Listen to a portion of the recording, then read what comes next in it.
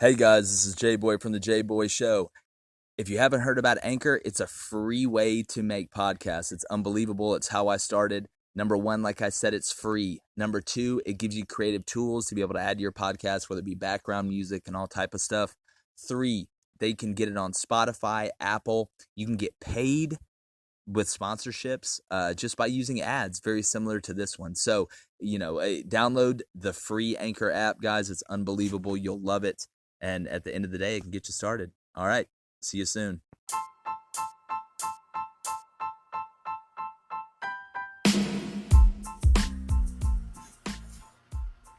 You're about to enter a J-Boy Intel segment on Mcclung. We're going to deep dive into where Auburn is right now, when they reached out, what the situation is. There's one thing that is contingent on, and I'm going to get into it. Again, it's a situation that's changing rapidly, and there's a lot of moving parts and variables. Appreciate you guys tuning in. Would appreciate also if you guys went to YouTube and subscribe, type in the J-Boy Show. We're going to start doing some content over there as well. Remember, follow us on Twitter at the J-Boy Show. You can also find us on Apple Podcasts and Spotify. Just type in the J-Boy Show. Appreciate you guys, and get ready. Let's get into it.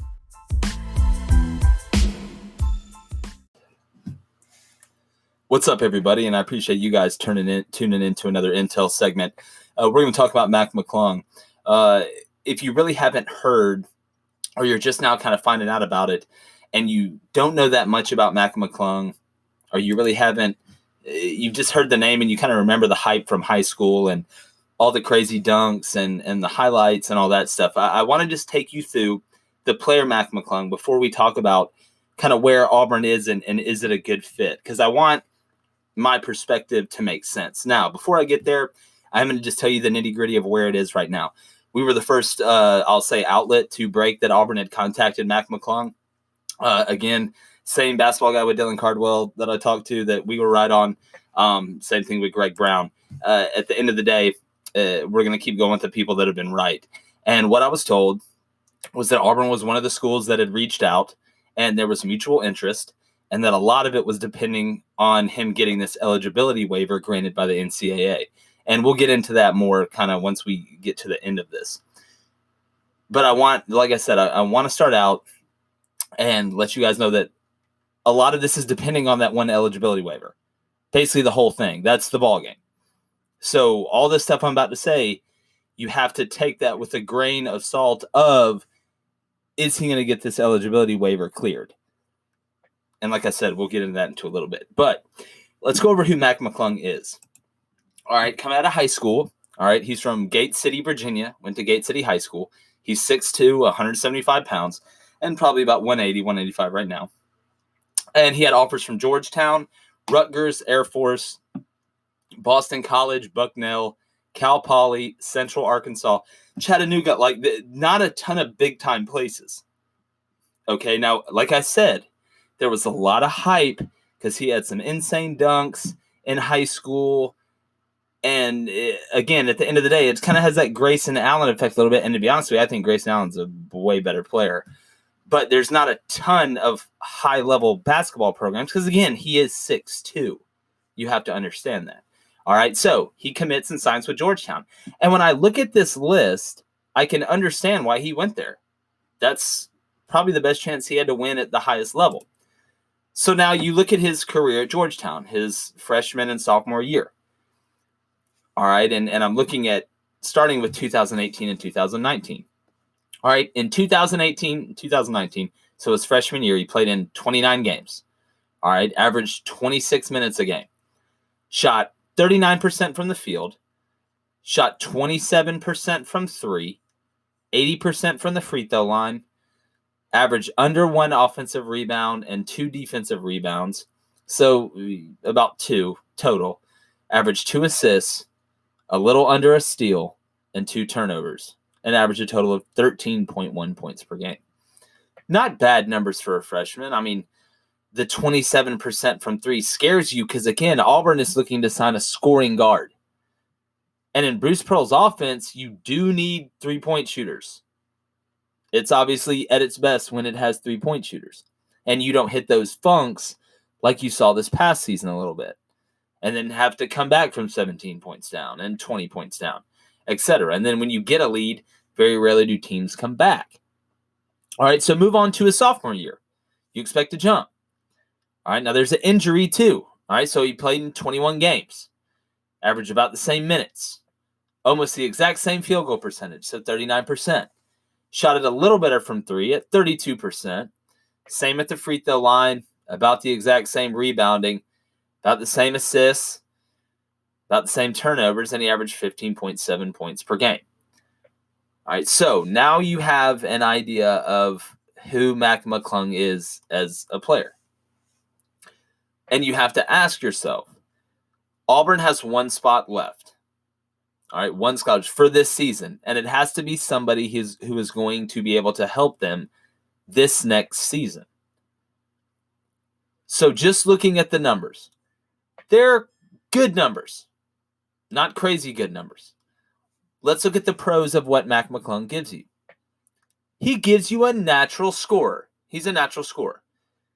He can be the backup point. Easy. That solves that problem. Now you look at the cons. He's 6'2". That's going to be tough in the SEC. There's a lot of length, and there's a lot of matchups defensively that teams can do to take him away. He's only 6'2", so that gives you a 6-foot Sharif Cooper and a 6'2" Mac McClung on the floor at the same time. So the odds of the other team's guards being able to out-rebound you is pretty high. He doesn't shoot it great from three. That's just in the numbers, 27% and 32%. He doesn't give you anything crazy good in the assist game. So really, if he's averaging 2 assists a game, let's say that averages out to 4 extra points a game. So he's contributing a little under 20 points a game.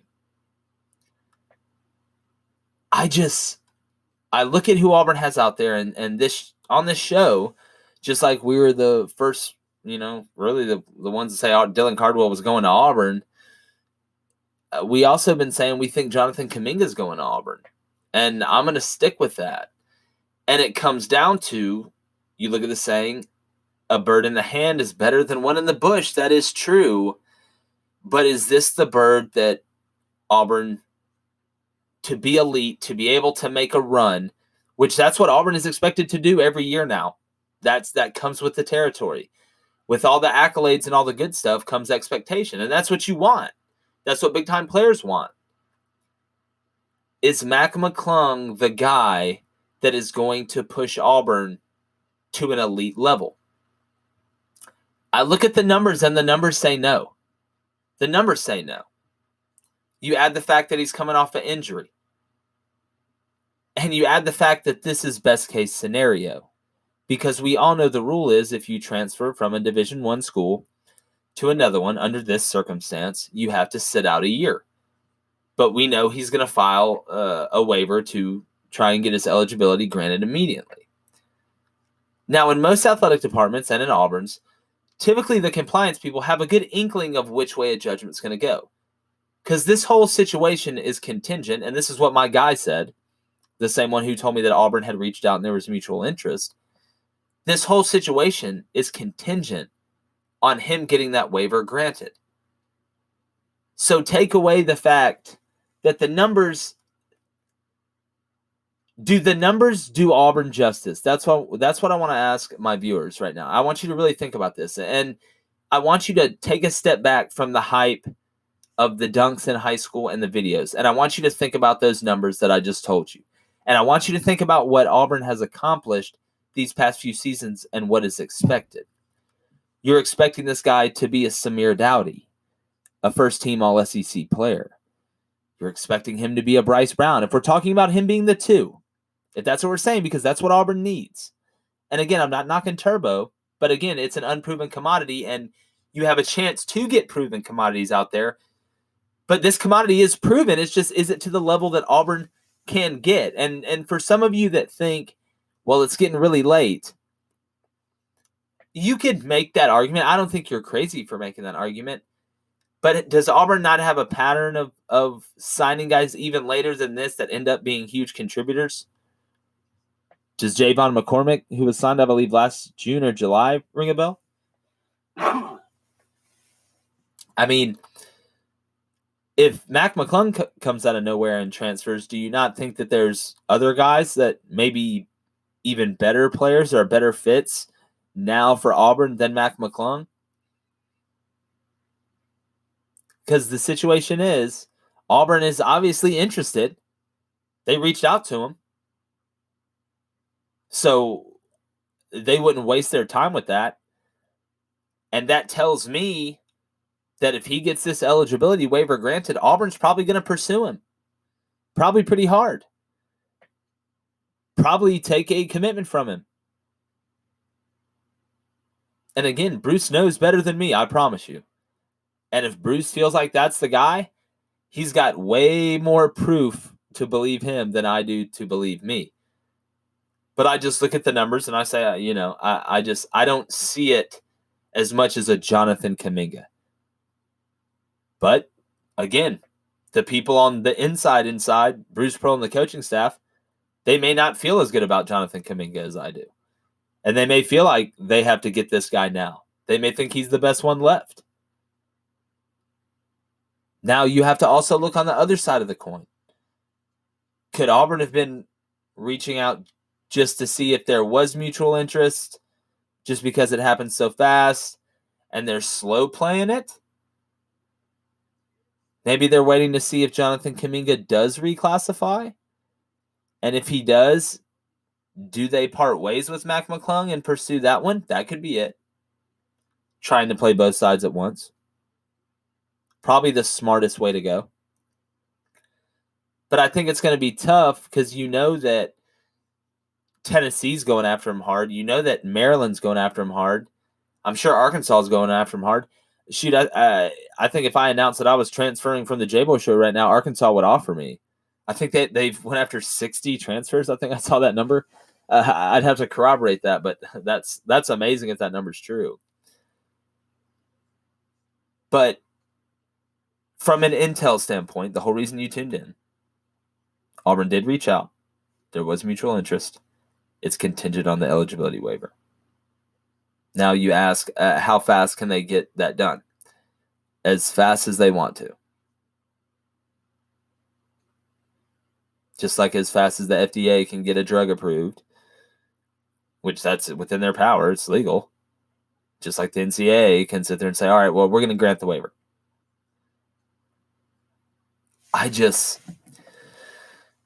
Like I said earlier, just step away from the hype. I want to read the numbers again. And Auburn fans are very knowledgeable people. And have really, over the past, really since the Bruce Pearl era began, and I could even argue during the Tony Barbie era, because there was hype after that hire. Auburn fans are very knowledgeable about basketball. And I just look at the 3-point percentage. I look at the lack of assists. I just don't think he affects the game in any other asset than scoring 15 points a game. He's not going to give you rebounds. He's not going to give you a ton of assists. He hasn't proven to be dominant at this level. And what is the situation with Jonathan Kuminga? What is the situation with McCord Maker? There still is a lot of fish out there. So if you look at it all encompassing, it's a high profile deal. It would be a splash signing. But in the end, is it what's best for Auburn to be as good as they can be, to be able to make as deep as a run in the NCAA tournament as possible? Is Mcclung the answer? And I think there's a lot of people listening to this that now that they have all the information and they know everything, may be saying, whoa. Let's take a step back. That's what I'm saying. And again, some of you guys are going to disagree with me, and that's fine. And again, I'm not perfect. I could be totally wrong. Mcclung could, Auburn could go after him, and he gets that eligibility waiver granted, and he could score 30 points a game. He could be on some revenge tour. But I look at the numbers, and maybe that's the coach in me. But like I always say on the show, and Wayne said it best: women lie, men lie, numbers don't lie. And again, I appreciate you guys tuning in. The more information I get, obviously I'll update it. So make sure you're checking Twitter. Would really appreciate it if you guys went and subscribe to our YouTube page. Just type in the J Boy Show. Again, we're gonna start going live. I want to be able to do these updates live. I want to be able to interact with you guys too, and have sessions where we can go Q&A and really get y'all's opinions. Because again, I love getting other people's takes too. Like me talking and interviewing people and all that stuff is great, but like on Twitter, interacting with you guys, some of the conversations, some of you guys have points of view that I never even thought about, and again, I know I always bring up the coaching stuff and all that, but by no means do I have all the answers. I feel like I have a decent amount of them, and I have a decent amount of people plugged in, especially at Auburn. But again, make sure, any way we can interact with you guys, we love it. And we love doing this and bringing you this content, and we've been on fire so far. So, again, we're just going to tell you, the truth and what we're hearing. And it's not contingent on anything other than we're as interested as you guys are. So again, thank you guys for listening to this Intel segment, and get ready for a big week. Talked to Deshaun Murray today, locked him up. Simeon Bowers should be getting back to us soon. He told us he was down, so we're excited about that one. And we have the GM of the Tampa 2020 team with Bryce Brown, Horace Spencer, LaRon Smith, and Deshaun Murray. He's going to come on and kind of tell us the ins and outs of the tournament. And man, I'm really thinking about going down there. Tampa, it'd be sick. But again, thank you guys for tuning in, and check us out on Twitter at the J Boy Show, TheJBoyshow. This is the J Boy Intel segment on Mac Mcclung, and J Boy is out.